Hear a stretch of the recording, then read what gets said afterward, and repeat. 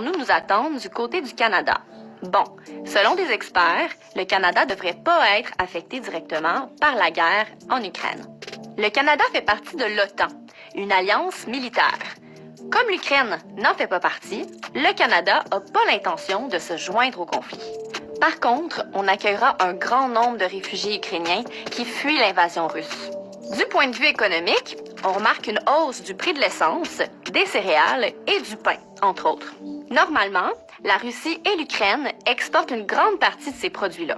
Mais pendant un conflit armé, la production et la distribution de plusieurs produits diminuent, ce qui fait monter les prix.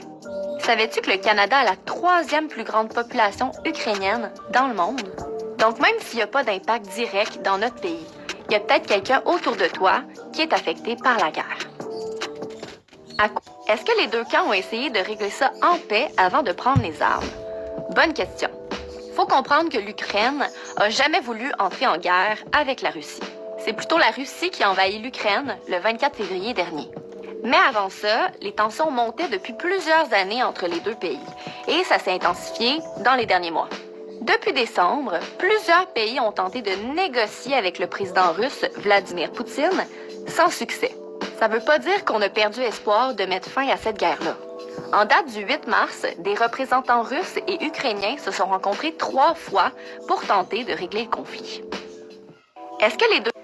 Pensez-vous que cela pourrait déclencher la 3e guerre mondiale? Eh bien, il n'y a personne qui a une boule de cristal pour nous prédire l'avenir.